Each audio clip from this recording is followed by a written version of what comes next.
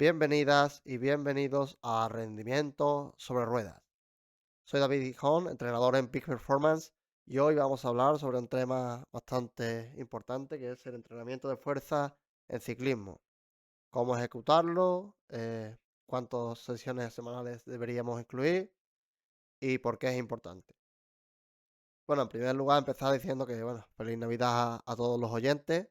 Llevo ya unas semanas que no publico porque después del trabajo del DTL que puse en mi último podcast, pues bueno, así fue un estudio que llevó bastante tiempo de investigación y bueno, después tras el vídeo, bueno, pues tuvo bastante aceptación, generó cierto debate en la comunidad de entrenadores y bueno, por esa parte pues me alegro. Pero bueno, sí creo que tengo que seguir trabajando para defender mi investigación y, y ese modelo de control de la carga que bueno, que cuanto más lo miro, pues más, más me parece que funciona y bastante bien, ¿no?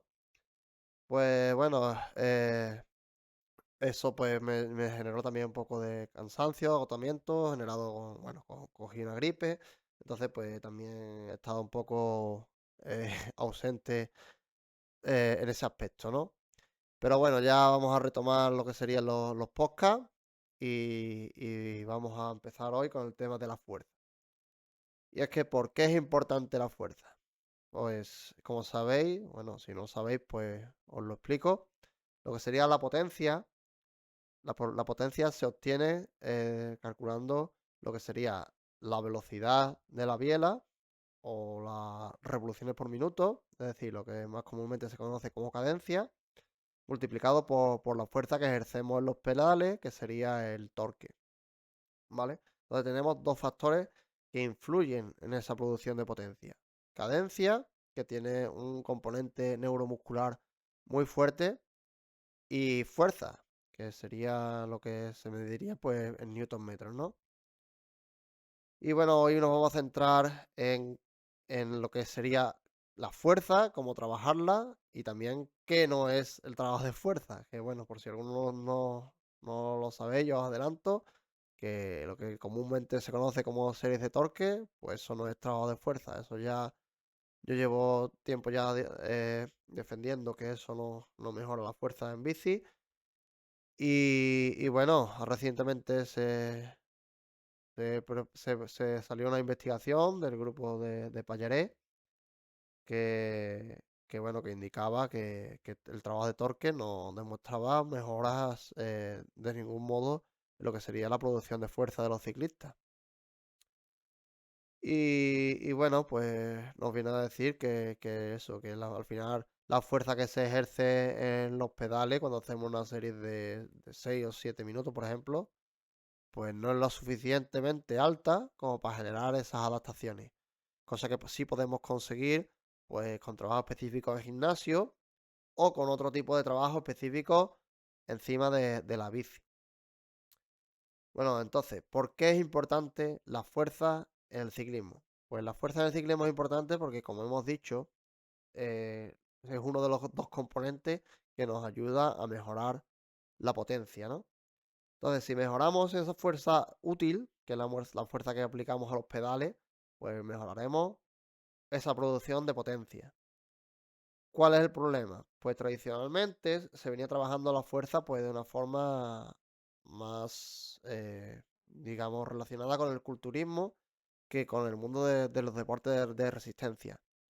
Yo recuerdo cuando tenía 16 o 17 años que ya mi entrenador me empezaba a mandar ejercicios de fuerza que me llevaba 2 o 3 días con agujetas y bueno, las sensaciones no eran para nada agradables cuando te montabas encima de la bici después de ese trabajo de fuerza. ¿Y eso qué ocasionaba? Pues ocasionaba mucha fatiga y al final derivaba también una hipertrofia indeseada, ¿no? Porque al final no podemos olvidar que el ciclismo es peso dependiente. Y por mucho que nos intenten vender que hoy día los ciclistas pesan menos y demás, pues eso no es tan así, ¿no? Al final cuando subes a un puerto y las carreras más importantes se deciden en la montaña, pues el vatio kilo importa mucho. Entonces, seguimos queriendo mejorar esa fuerza útil, pero no a costa de hipertrofiar, es decir, no a costa de aumentar el peso del ciclista o no demasiado, porque eso al final pues va a generar un empeoramiento del vatio kilo. ¿Y cómo se consigue eso? Pues eso se consigue trabajando la fuerza de forma específica, ¿vale? A lo que serían los deportes de resistencia. ¿Y eso cómo se hace? Pues con cargas medias, ¿vale? Que estemos alejados de lo que sería el agotamiento. Entonces, si tú sientes que realmente que estás trabajando a repeticiones, que ya te quedan pocas repeticiones en reserva, o sea, que puedes hacer pocas repeticiones más de las que ya has hecho, pues realmente no estás trabajando bien la fuerza, ¿vale? Porque eso al final te va a generar mucha fatiga y está demostrado que las adaptaciones que te van a generar van a ser las mismas que si trabajaras haciendo menos repeticiones.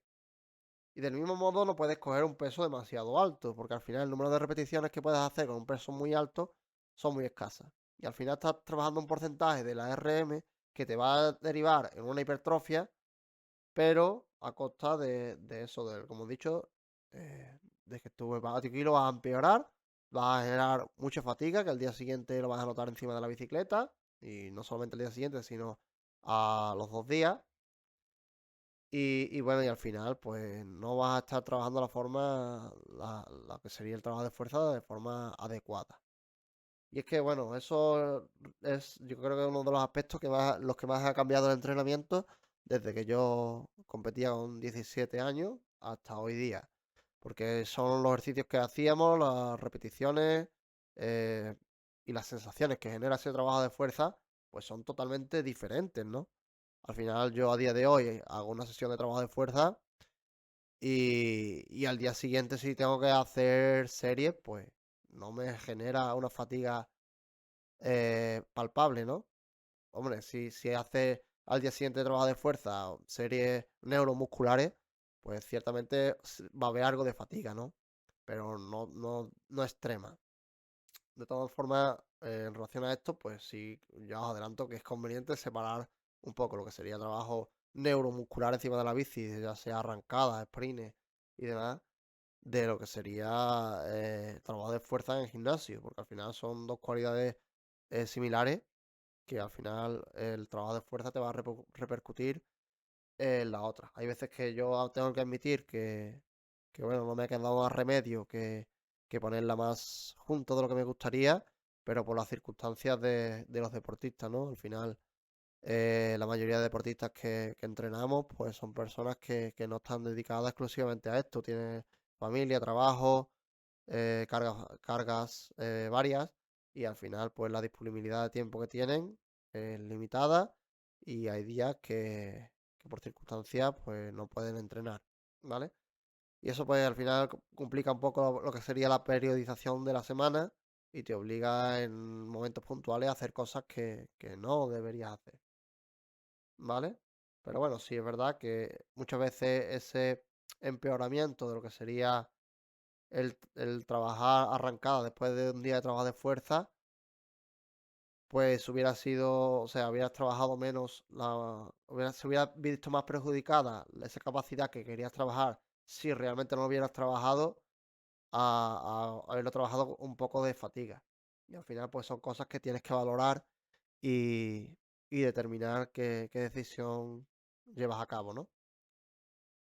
Pues bueno, como hemos dicho, el trabajo de fuerza, pues también hay que tener en cuenta los ejercicios porque no es lo mismo un ciclista de mountain bike, donde necesitaría trabajar el tren superior mucho, porque por mucho que hoy día pues casi todo el mundo lleve recorrido de 120, de doble suspensión y demás, pues los recorridos pues siguen siendo técnicos, exigentes, y el bajar bien y estable está muy asociado a lo que sería el tren superior. Entonces, ese trabajo de tren superior no solamente en deportistas de XCO, ¿no? Sino también deportistas de media maratón o incluso de maratón. pues es importante. Pero eso no tiene nada que ver con lo que sería el trabajo de un ciclista de carretera, ¿vale? Donde a lo mejor el tren inferior, tren superior, perdón, sería algo menos importante, pero sí el core. El core sí sería muy importante porque es necesario que ese deportista sea capaz de trabajar en una posición aerodinámica durante mucho tiempo. Porque como hemos visto, pues las bicis cada vez son más aero. De hecho, es muy habitual que la gente que compite en carretera tenga bicicletas aero. Pero esa bicicleta tiene una posición muy agresiva en la cual el deportista necesita tener muy buena movilidad lumopélvica y, y una buena estabilización del core, pues para ser capaz de sostener esa posición. Si no, pues al final no le va a sacar rendimiento a la bici, porque de nada vale tener una bici aero si no eres capaz de sostener una posición aero durante bastante tiempo.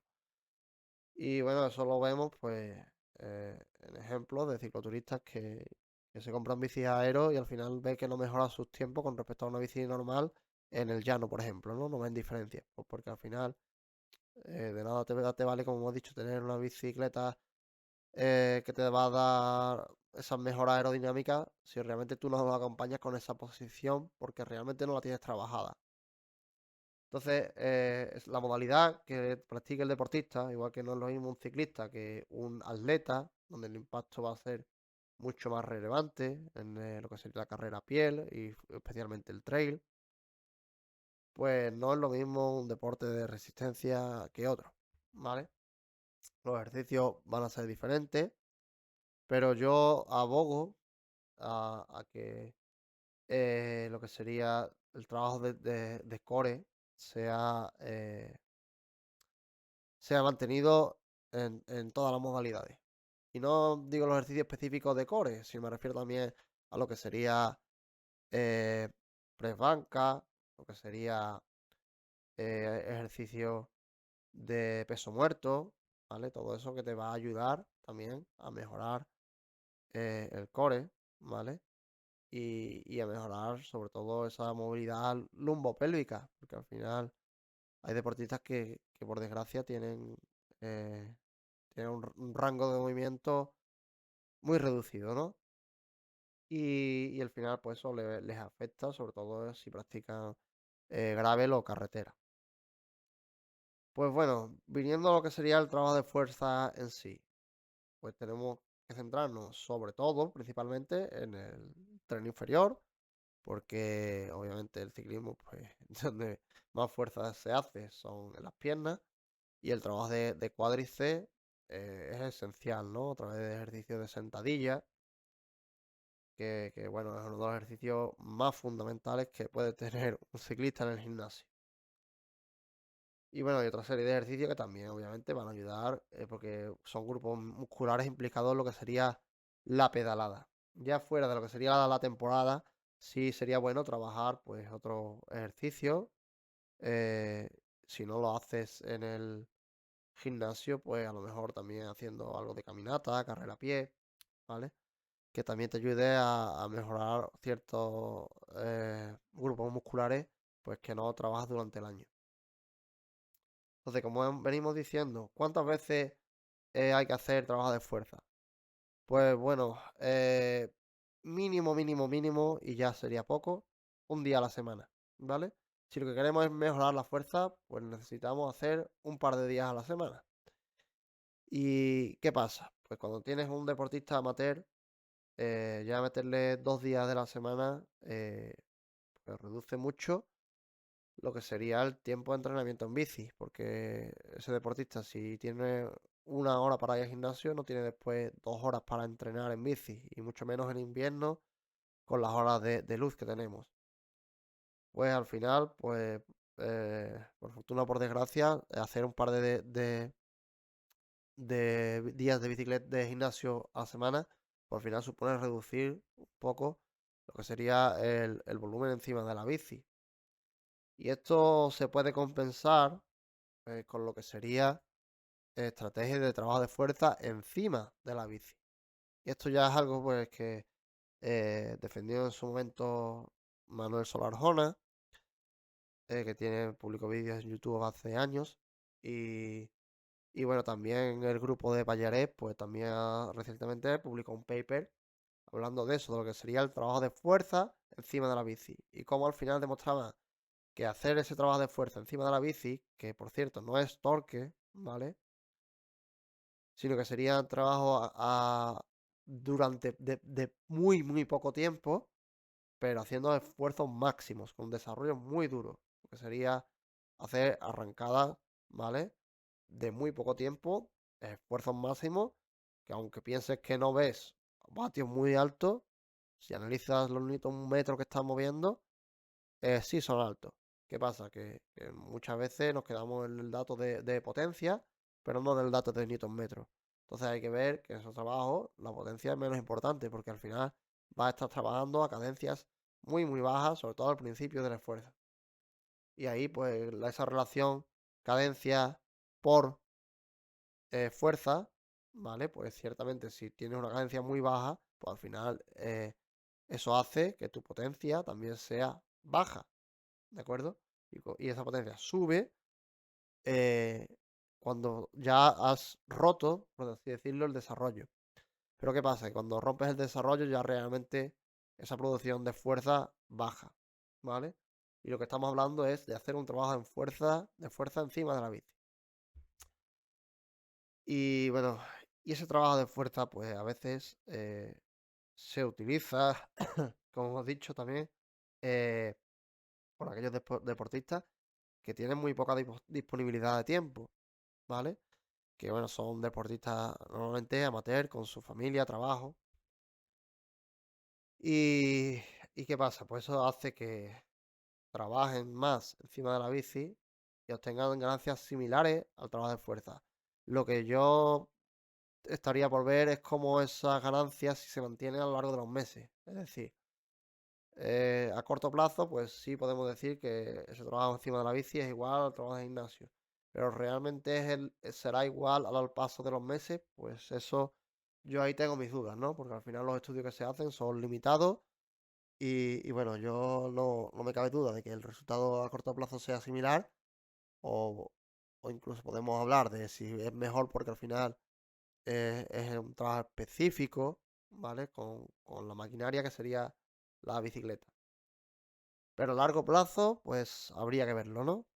Pero bueno, al final son cosas que son difíciles de comprobar, ¿no? Pero como venimos diciendo, el trabajo de fuerza, pues es fundamental, ¿vale? Yo tengo deportistas a los que no les gusta nada, nada hacer fuerza y te peleas con ellos porque no le ven la importancia, ¿vale? Pero al final es relevante y es crucial, porque al final, como venimos diciendo, la potencia es igual a cadencia por fuerza, ¿vale? Si el componente fuerza te falla, sobre todo en deportistas, pues, yo qué sé, ciclistas femeninas, ¿vale? Que muchas veces son contrarias o reticentes a ese trabajo de fuerza, ¿vale? Por lo menos lo que yo me he encontrado. Eh, También, no sé, personas, deportistas que tienen pesos bajos, que pesan poco, también muestran una cierta reticencia a ese trabajo de fuerza, porque al final son ejercicios, pues, que para ellos no son fáciles, ¿no? Por esas circunstancias eh, sobre todo por el peso, ¿vale? Pero bueno, al final tenemos que hacer un trabajo de concienciación como entrenadores para que los deportistas vean que la fuerza es una parte más del entrenamiento, ¿vale? Igual que nadie cuestiona que hay que hacer series pues a segundo umbral o a consumo, eso ningún deportista te lo cuestiona. Pero bueno, con el trabajo de fuerza sí es verdad que sigue habiendo cada vez menos, pero sigue habiendo cierta reticencia. Así que nada, espero que os haya gustado el podcast. Si os ha gustado, pues darle me gusta, suscribiros si no lo habéis hecho ya. Y nos vemos en el siguiente episodio para seguir divulgando sobre ciencia aplicada al ciclismo. Así que nada, si sois deportistas, entrenadores, pues espero que todo esto os sirva. Como hemos dicho, soy David Dijon Romero. Me podéis encontrar en Instagram, en @peak performance cycling training. También os dejo ese Instagram en la descripción por si queréis seguirme, que allí publico más cosas sobre ciencia y ciclismo. Y nada, un saludo y feliz entrada de año 2026 para todos.